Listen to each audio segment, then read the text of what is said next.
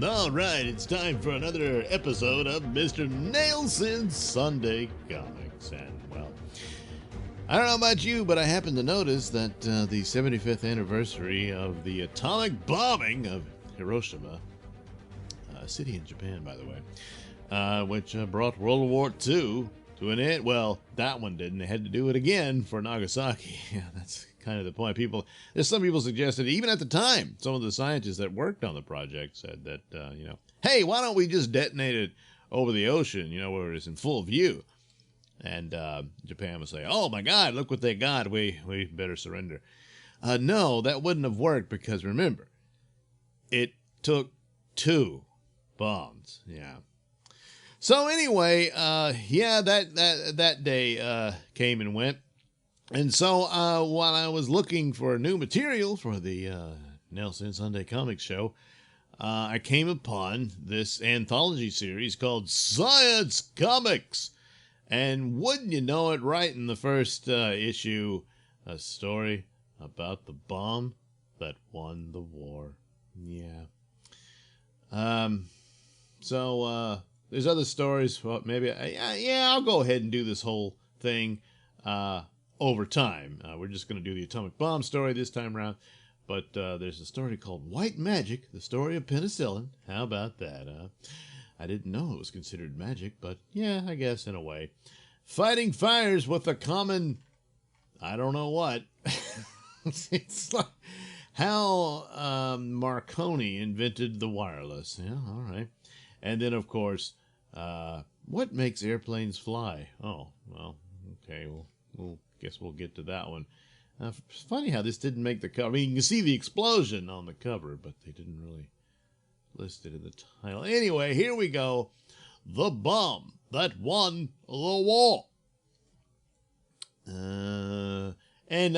Yeah, it ended that war and prevented World War III from ever happening. I mean, I guess in a lot of ways you got to consider the Cold War was World War III. Because if there was no nuclear weapons, then, yeah, World War III would have happened. I mean, we'd probably be talking about World War VI by now.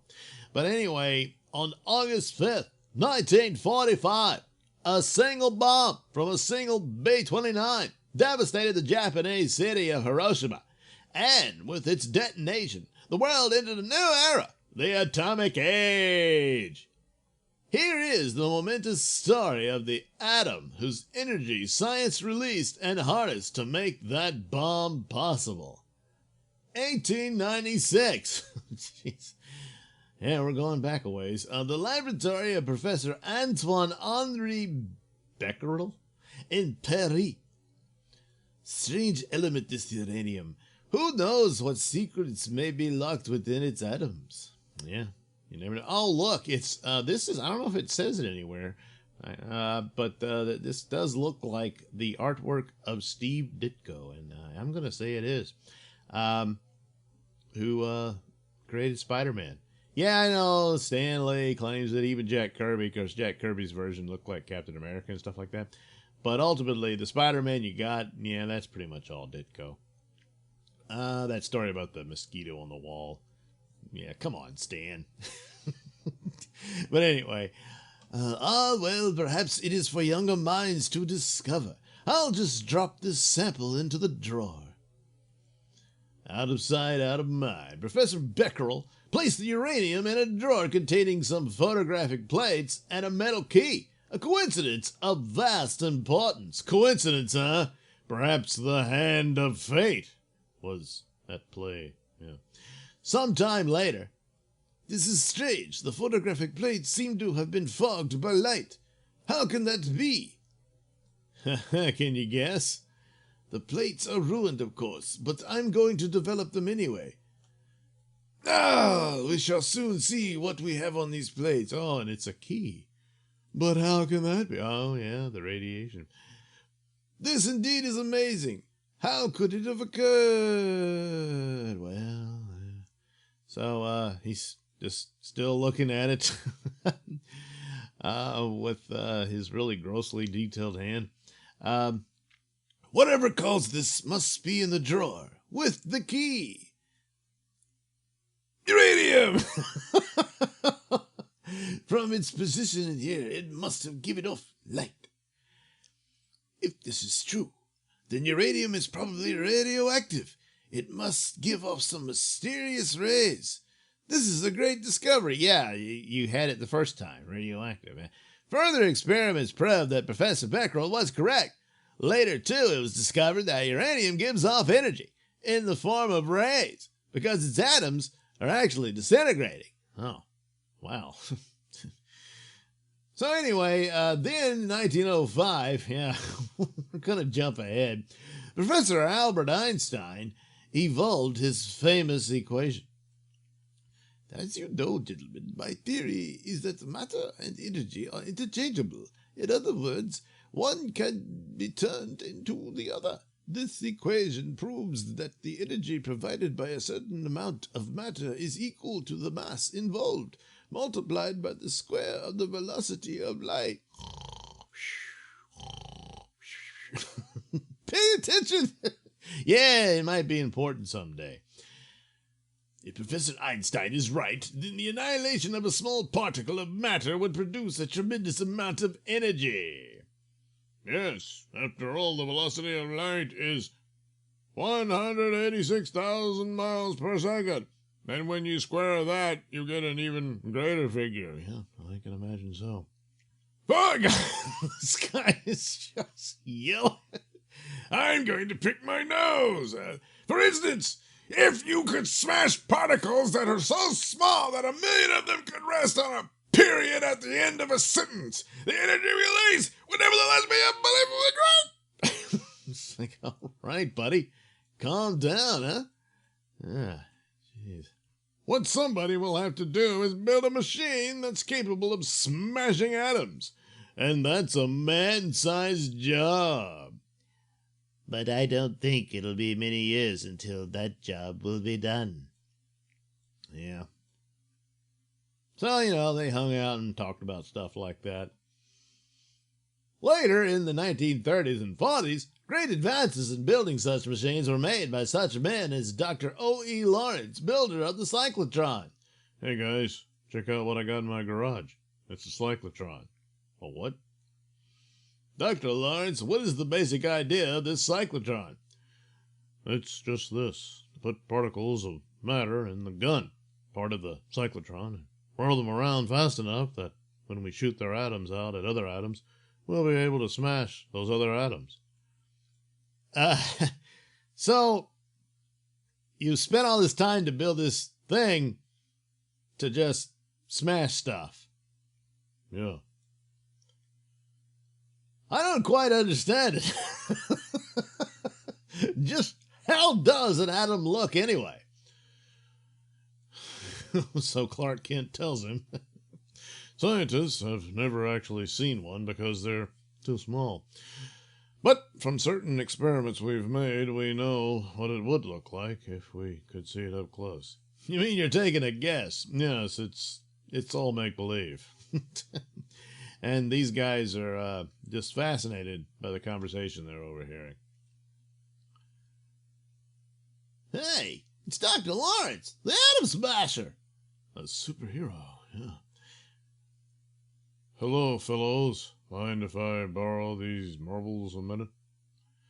I think I can show you what an atom looks like with these marbles. I think you've lost yours. Now, never mind me. Proceed. The circle of marbles represents the electrons which circle around the nucleus of the atom. The cluster marbles in the center represent the nucleus, which is made up of particles called protons and neutrons. I get it. You do? Oh, yeah. Protons are positively charged particles, and neutrons are neutral. They have no electrical charge. Yes, they're very boring. Correct. Now, let me take a handful of marbles here. Ah, come on, they're mine. No. Now, suppose these marbles represent neutron particles of another element. Here's what we mean by smashing the atom. We toss these particles into the nucleus of the atom we want to smash, like this. It's just that simple. Now, why you would want to do it, well, yeah, we don't quite know yet. Oh, but we're going to find it. Good Lord, look at the size of that finger. This simple game demonstrates the basic principle of machines like the cyclotron, which are designed to smash atoms. I mean, what else are they going to do? Actually, in atom-smashing machines, it takes millions of the neutron bullets to score one hit on an atom of uranium. Jeez Louise. The uranium atoms then split in two and set off other atoms. Oh, look at that. Exploding uranium atoms are like a string of firecrackers tied together with long fuses. After the first one explodes, it sets off the others in rapid succession. Check that out, huh? Oh, yeah. With the outbreak of the war, led by such men as Dr. Vannevar Bush. See, that's him above. Allied scientists sped up the science of atom smashing. Under government sponsorship, huge plants were built in Tennessee, Washington, and New Mexico to carry out this secret work. Huh. They built a building that looks like a light bulb. Yeah, with a balcony. Okay.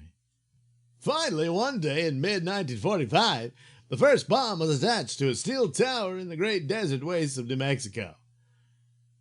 It won't be long now. If our bomb works, it's the beginning of the end of Japan. And when that bomb explodes, I'm going to be at least 10 miles away from here. And so had everybody else better be. Well, what's going to happen to the tower? Say goodbye, yeah. By now, everyone knows of the tremendous explosion that occurred that day, a prelude to the dropping of the first atomic bomb on Japan. And there it goes. It did a little more than that. You see the one guy's kind of doing a disco dance move, but no, it's the force of the blast, knocking him over.